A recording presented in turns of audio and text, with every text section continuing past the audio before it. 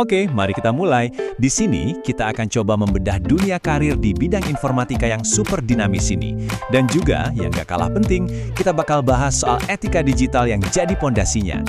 Assalamualaikum warahmatullahi wabarakatuh. Semangat pagi semuanya. Nah, seperti yang tertulis di sini, kali ini kita akan belajar dua hal penting banget. Pertama, kita kenalan sama profesi-profesi di bidang informatika. Dan yang kedua, kita belajar gimana caranya menghargai hak atas kekayaan intelektual. Ini penting supaya kita jadi profesional yang berintegritas. Pernah nggak sih ngerasa kayak gini? Kalian tertarik banget sama dunia IT, tapi pas lihat, wih, luas banget ya. Jadi bingung, ini harus mulai dari mana ya? Kalau kalian merasakan ini, tenang, kalian nggak sendirian kok. Pertanyaannya sekarang itu bukan lagi ada kerjaan nggak, tapi lebih ke pekerjaan mana yang pas buat aku, dan gimana cara mulainya. Nah, yuk kita coba urai bareng-bareng kebingungan ini. Oke, untuk menjawab kebingungan tadi, kita mulai dengan memetakan peluang-peluangnya. Anggap aja, ini peta harta karun untuk karir kalian di dunia informatika. Siap? Jadi, dunia IT itu secara garis besar bisa kita bagi jadi 4 area utama. Ada pengembangan perangkat lunak atau software development, lalu ada data dan kecerdasan buatan atau AI, terus ada keamanan jaringan IT, dan terakhir desain pengguna atau UI UX. Nah, biar pembahasannya lebih dalam, kali ini kita bakal fokus ke dua bidang yang lagi hot banget permintaannya, software development dan data and AI. Yuk kita bedah yang pertama, pengembangan perangkat lunak. Bisa dibilang, ini tuh jantungnya dunia digital. Kenapa? Karena semua aplikasi, website, dan sistem yang kita pakai tiap hari, mulai dari Instagram sampai aplikasi M-Banking, itu dibangun sama orang-orang di bidang ini. Mereka ini arsitek sekaligus tukangnya dunia maya. Nah, di dalam bidang ini, ada peran-peran spesifik. Software developer itu istilah umumnya. Kalau mau lebih spesifik, ada front-end developer. Tugasnya, bikin tampilan yang cantik dan gampang kita pakai. Semua yang kalian lihat dan klik di layar, itu kerjaan mereka. Terus, ada back-end developer. Nah, mereka ini yang kerja di belakang panggung atau di dapur. Mereka yang ngurusin server, database, pokoknya semua mesin yang bikin aplikasi itu jalan. Keduanya ini satu paket, nggak bisa dipisahin. Oke, dari dunia coding aplikasi, sekarang kita lompat ke bidang yang lagi naik daun banget, data dan AI. Kalian pasti sering dengarkan kalau data itu adalah minyak baru. Nah, para profesional di bidang inilah yang jadi penambang dan pengilangnya. Mereka yang mengubah data mentah jadi wawasan berharga yang bisa menggerakkan bisnis. Di sini juga ada peran-peran kuncinya. Pertama, data scientist. Anggap aja mereka detektif data. Tugasnya nyari pola-pola tersembunyi di dalam data untuk menjawab pertanyaan-pertanyaan penting. Terus ada AI atau Machine Learning Engineer. Mereka ini yang membangun sistem cerdas, contohnya kayak chatbot atau mobil tanpa sopir itu.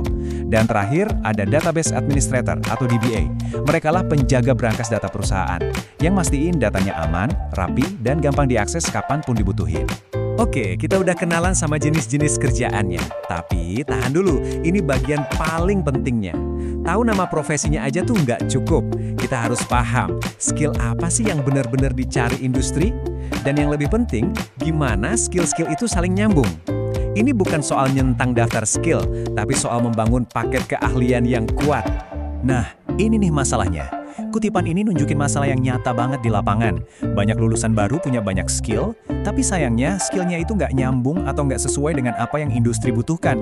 Fenomena ini namanya skills mismatch atau ya gampangnya salah kostum keahlian. Dan inilah jebakan yang harus kita hindari. Terus gimana caranya kita tahu apa yang industri butuhin? Jawabannya dari data. Angka 15.000 ini bukan angka sembarangan. Ini adalah jumlah lowongan kerja nyata di bidang AI yang dianalisis untuk mendapatkan wawasan yang akan kita bahas sebentar lagi. Jadi, ini bukan asumsi, tapi suara langsung dari pasar kerja. Dan inilah hasilnya. Kelihatan rumit ya, tapi coba perhatikan. Ini bukan sekedar daftar skill, ini adalah peta jaringan. Tiap titik itu satu skill, dan garis yang nyambungin itu nunjukin seberapa sering skill-skill itu dicari barengan dalam satu lowongan. Lihat deh, Python ada di tengah-tengah, besar banget. Tapi dia nggak sendirian kan? Dia jadi jembatan ke kelompok-kelompok skill lainnya. Ini yang saya sebut ekosistem tadi. Peta yang rumit tadi, intinya bisa kita pecah jadi 3 paket keahlian utama. Paket pertama itu data science. Isinya ya Python, TensorFlow, Scikit-learn. Paket kedua, data engineering. Ini buat ngolah data super besar. Makanya skillnya beda. Ada Scala, Spark, Hadoop. Dan paket ketiga, MLOps and Infrastructure. Ini buat ngemas dan ngejalanin model AI-nya pakai teknologi kayak Kubernetes dan Docker. Nah, kuncinya adalah jangan cuma comot satu-satu, tapi dalami salah satu paket ini secara keseluruhan. Oke, jago skill teknis itu bakal buka banyak pintu karir, itu pasti. Tapi ada satu lagi nih fondasi yang super penting kalau mau jadi profesional sejati, etika. Kenapa? Karena di dunia digital, kita semua ini adalah pencipta. Dan seorang pencipta yang baik harus tahu cara menghargai karya, baik karya sendiri maupun karya orang lain. Nah, disinilah konsep hak kekayaan intelektual atau HKI masuk. Jangan anggap HKI ini sebagai aturan yang ribet dan ngebatasin ya. Anggap aja ini sebagai bentuk penghargaan. Bayangin deh, pas seseorang bikin kode, desain, atau nulis artikel, mereka itu kan investasi waktu, tenaga, bahkan biaya. Nah, HKI itu cara kita secara resmi bilang, hey, kami hargai usahamu dan melindunginya.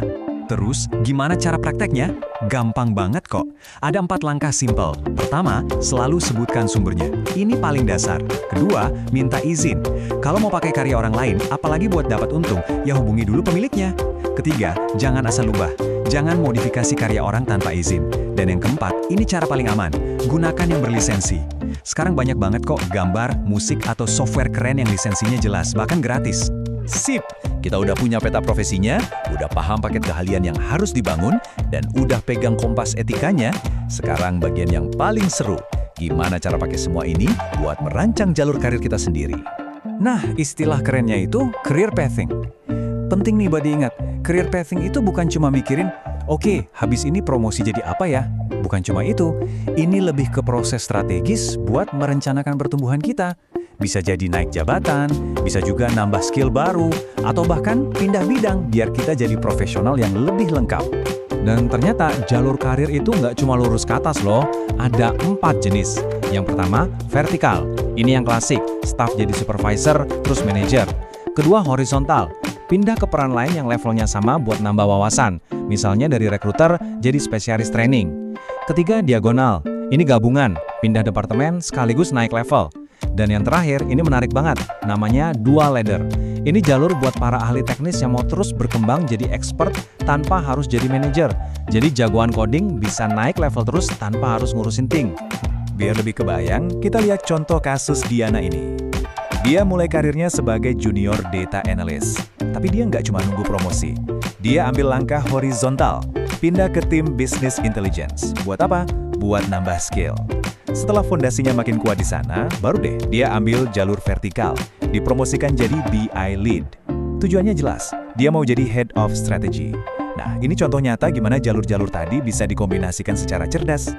Nah sekarang giliran kalian. Kalian udah lihat petanya, udah paham paket skillnya, udah pegang kompas etikanya, dan tahu ada berbagai rute yang bisa diambil. Pertanyaan besarnya sekarang, jalur karir seperti apa yang mau kalian rancang untuk masa depan kalian sendiri? Demikian penjelasan materi kita hari ini. Semoga apa yang kita bahas bisa kasih kejelasan dan juga inspirasi buat langkah karir kalian ke depan. Sampai jumpa lagi di materi berikutnya, dan tentu saja, semangat pagi semuanya. Assalamualaikum warahmatullahi wabarakatuh.